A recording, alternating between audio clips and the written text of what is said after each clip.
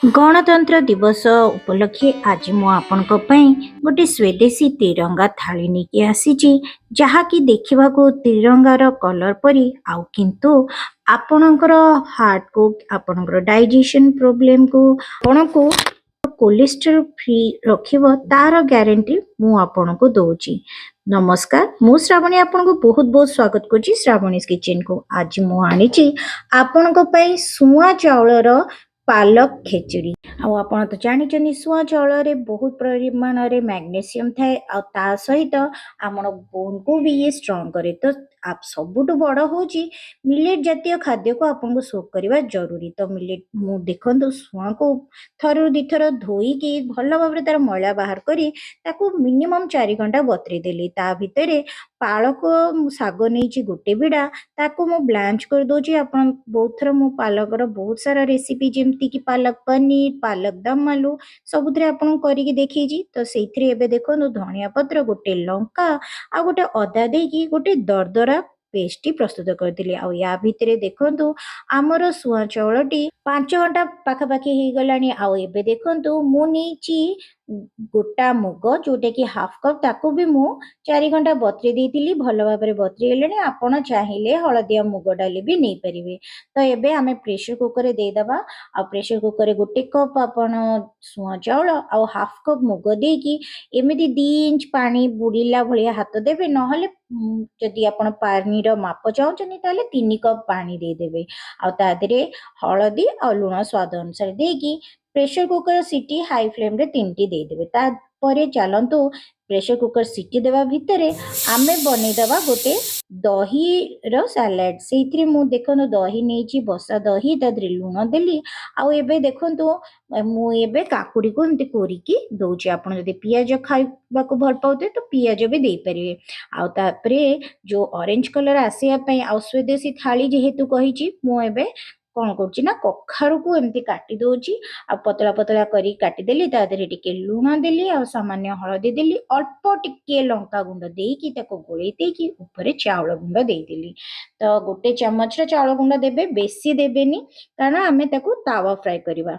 आ या भितरे देखंतु 3टी प्रेशर कुकर सीटी ही गला। आ गैस रो फ्लेम टी पूरा रिलीज हला परे आपण खोलिबे।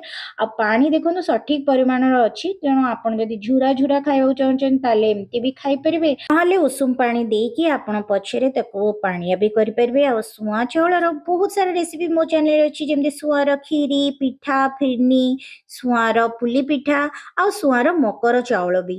तो एबे देखंतु मु पैन रे देई दोची गोटे चम्मच तेल। आ तेल टिके गरम हेई साला परे तादरे जीरा देकी 2 पिंच रो मु देई देली हेंगो। ऊपरे देई देली रसुण आ अदा। रसुण अदा रो हल्का कलर चेंज हे गला परे पियाज देकी मु तार कलर चेंज होला पर्यंत भाजुची। तो पियाज या भितरे कलर चेंज हे गलानी। एबे मु दे दोची गोटे छोटो टमाटो। टमाटो देले बहुत ही बढ़िया लागिबा। आ टमाटो सिजिबा पई तादरे टिके लुण दे देली। आ हळदी दोनी कारण यार कलर पूरा बढ़िया ग्रीन रहइबो। ऑलरेडी आमे सिजेला बेले सुआ चाउल को हळदी देइचे। ऊपरे एबे दे देली जो पालक रो आमे करिथिले पेस्ट से पालंग साग देकी एमती 2 मिनिट आमे कोन करबा कसिबा कारण ऑलरेडी पालंग साग हमर सिजेकी आमे करिचे तो संगे संगे हेई जिवो। एबे देखंतु 2 मिनिट ऊपरे कसिला भितरे पालंग साग सिजी ही गलानी भल भाबरे कसी ही गलानी। एबे आमे दे दबा जो सुआ चाउल को मुग सहित आमे सिजेकी रखिथिले से दे दबा। तो आपन जदि एमती ठीक दरकार तो आपण एमती ठीक करी खाइ परिबे। नहले कि ता देरे हल्का उषुम पानी दे दे। मु इतरे हाफ कप रा उषुम पानी दे दोची। आ उषुम पानी दे साला परे आउ 5 मिनिट लो मीडियम फ्लेम रे फुटै दोची। आपण एमती खाइ परिबे बहुत ही बढ़िया लागबा। किंतु आमे आहुरी एको टेस्टी करबा पे गोटे तड़का दबा माने गोटे छुंक दबा। सेति पे मु देखंतु 2 चम्मच घियो नेली। घियो रे मु कोन करूची ना जीरा लंका आउ रसुण पकेकी फुटै साला परे ता देरे मु गैस फ्लेम को बंद करी लंका गुंड दे देली।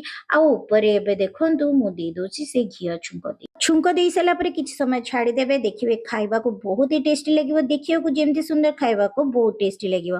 तो एबे देखंतु मु कोन करूची ना गोटे तावा रे तेल दे देची। तेल गरम हे गला परे जो मैरिनेट करिके आमे रखिथिले कखारु को लो मीडियम फ्लेम रे आपण एपट सेपट करी भाजी देबे। लाल लाल कलर ହେଲା ପରେ ଇଏ ବନିଯିବ ଆମର ଗୋଟେ ତିରଙ୍ଗା ଥାଳି। ତ ଆପଣ ଯଦି ଅଧିକ ତେଲ ଲାଗୁଛି ଏମିତି ସାଇଡରେ କାଢିଦେଲେ ବି ତେଲ ଗୁଡ଼ିକ ନିଗିଡି ଯିବ। ଆପଣ ଟିସୁ ପେପରରେ ରଖିପାରିବେ। ଆଉ ଶୁଆଁ ଚାଉଳର ଖିଚୁଡ଼ି ହଉ କିମ୍ବା ଆପଣ ପ୍ଲେଲିଷ୍ଟରେ ଯାଇକି ଯଦି ମିଲେଟର ମୋର ରେସିପି ଦେଖିବେ ଆପଣ ବହୁତ ସାରା ମାଣ୍ଡିଆ ହଉ ସୋରଗମ ମିଲେଟ ଆଉ ଆପଣ ପାଇଯିବେ ଫକ୍ସଟେଲ ମିଲେଟର ରେସିପି। ତ ଏବେ ଦେଖନ୍ତୁ ସ୍ୱେଦେଶୀ ଥାଳି ତ ଆମର ରେଡି ହେଇଗଲା। ମୁଁ ଏବେ ଆଗେ ବାଢୁଛି ସବୁଜ ରଙ୍ଗ ପାଇଁ ଆମର ଶୁଆଁ ପାଳକର ଖିଚୁଡ଼ି, ତା ଉପରେ ଦହିର ସାଲେଡ ଆଉ ଉପରେ ଦେଇ ଦଉଛି ମୁଁ କଖାରୁ ଯୋଉ ଭାଜିକି ରଖିଥିଲି। ଆପଣ ଯଦି ଦହି ସାଲାଡରେ ଏମିତି କଖାରୁ ଖାଇବାକୁ ଭଲ ପାଉନାହାନ୍ତି ତାହେଲେ ଆପଣ ଗାଜର ବି ଦେଇପାରିବେ। ତ ରେଡି ହେଇଗଲା ଆଉ ବହୁତ ହି ଟେଷ୍ଟି ହେଇଥିଲା। ମୁଁ ଖାଇକି ଦେଖିଲି ବହୁତ ବଢିଆ ଲାଗୁଥିଲା। ଆପଣ ଯଦି ୱେଟ ଲସ୍ ଜର୍ଣ୍ଣିରେ ଥିବେ ତ ନିଶ୍ଚୟ ଆପଣ ଖାଇବେ। ଭିଡ଼ିଓଟି ଭଲ ଲାଗିଲେ ମୋ ଚ୍ୟାନେଲକୁ ସବସ୍କ୍ରାଇବ କରିବା ସହିତ ଲାଇକ୍ ଆଉ ସେୟାର କରିବାକୁ ଅନୁରୋଧ ରହିଲା। ଆଉ ଫେସବୁକ୍ ମାଧ୍ୟମରେ ଦେଖୁଥିଲେ ମୋ ପେଜକୁ ନିହାତି ଫଲୋ କରିବେ। वंदे मातरम।